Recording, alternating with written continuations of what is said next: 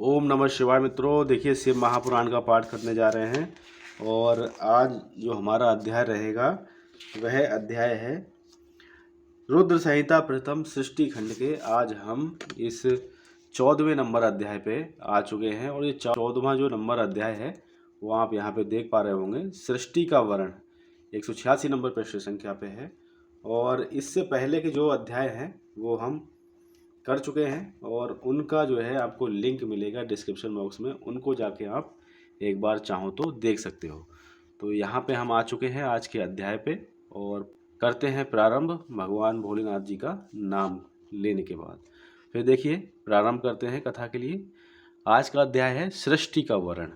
तदनंतर नारद जी के पूछने पर ब्रह्मा जी बोले, मुने हमें पूर्वोक्त आदेश देकर जब महादेव जी अंतर ध्यान हो गए तब मैं उनकी आज्ञा का पालन करने के लिए ध्यान मग्न हो कर्तव्य का विचार करने लगा।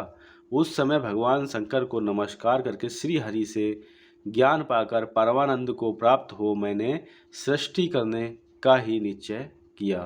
तात भगवान विष्णु भी वहाँ सदाशिव को प्रणाम करके मुझे आवश्यक उपदेश दे तत्काल अदृश्य हो गए। वे ब्रह्मांड से बाहर जाकर भगवान शिव की कृपा प्राप्त करके बैकुंठ धाम में जा पहुँचे और सदा वहीं रहने लगे। मैंने सृष्टि की इच्छा से भगवान शिव और विष्णु जी का स्मरण करके पहले से रचे हुए जल में अपनी अंजलि डालकर जल को ऊपर की ओर उछाला। इससे वहाँ एक अंड प्रकट हुआ जो 24 तत्वों का समूह कहा जाता है। विप्रवर वह विराट आकार वाला अंड जड़ रूप ही था। उसमें चेतनता न देखकर मुझे बड़ा संशय हुआ और मैं अत्यंत कठोर तप करने लगा। 12 वर्षों तक भगवान विष्णु के चिंतन में लगा रहा था। वह समय पूर्ण होने पर भगवान श्री हरि स्वयं प्रकट हुए और बड़े प्रेम से मेरे अंगों का स्पर्श करते हुए मुझसे प्रसन्नता पूर्वक बोले। श्री हरि विष्णु ने कहा, ब्राह्मण तुम वर मांगो, मैं प्रसन्न हूँ। मुझे तुम्हारे लिए कुछ भी अदेय नहीं है। भगवान शिव की कृपा से मैं सब कुछ देने में समर्थ हूँ। ब्रह्मा जी बोले, अर्थात मैंने कहा, महाभाग आपने जो मुझ पर कृपा की है वह सर्वदा उचित ही है, क्योंकि भगवान शंकर ने मुझे आपके हाथों में सौंप दिया है।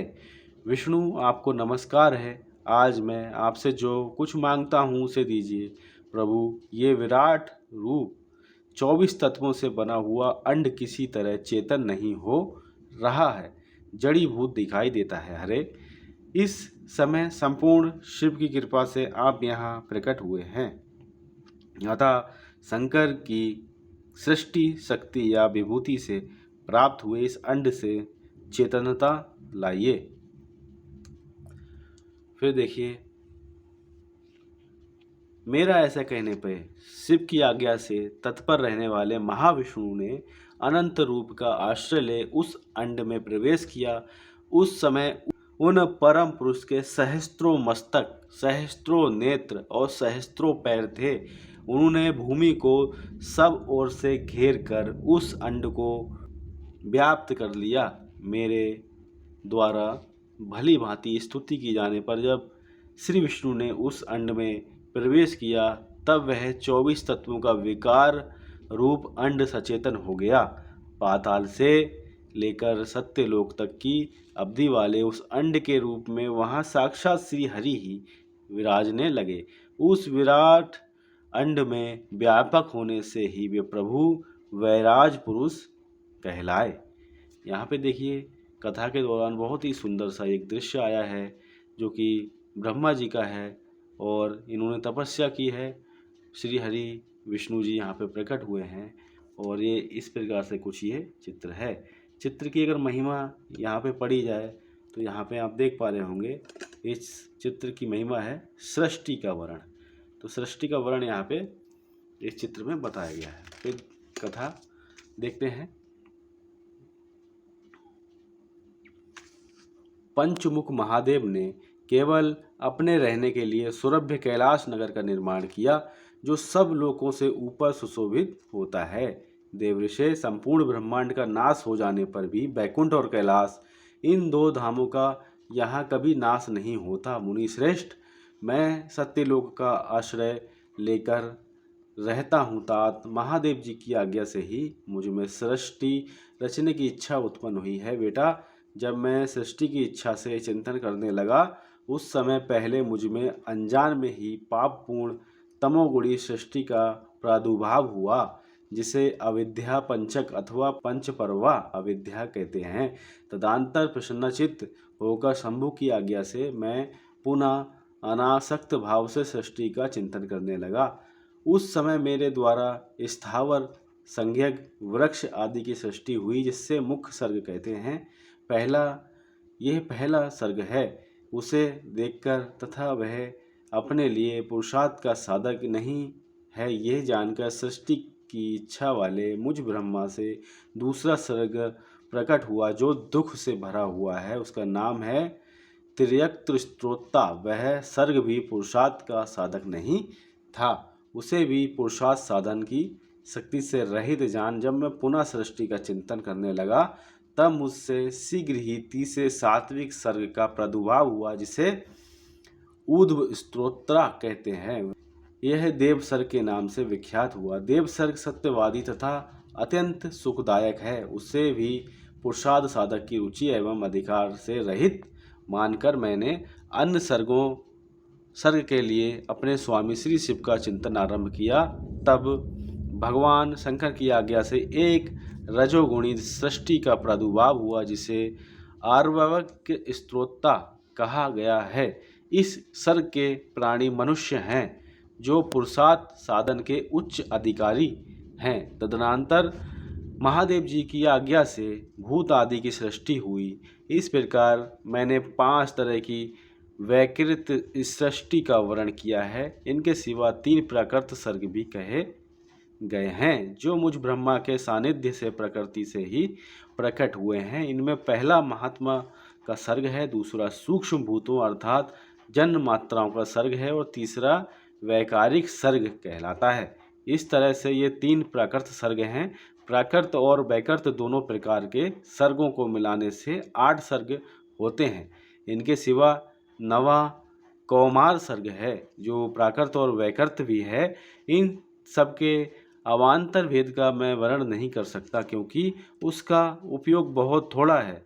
अब द्विजात्मक सर्ग का प्रतिपादन करता हूँ।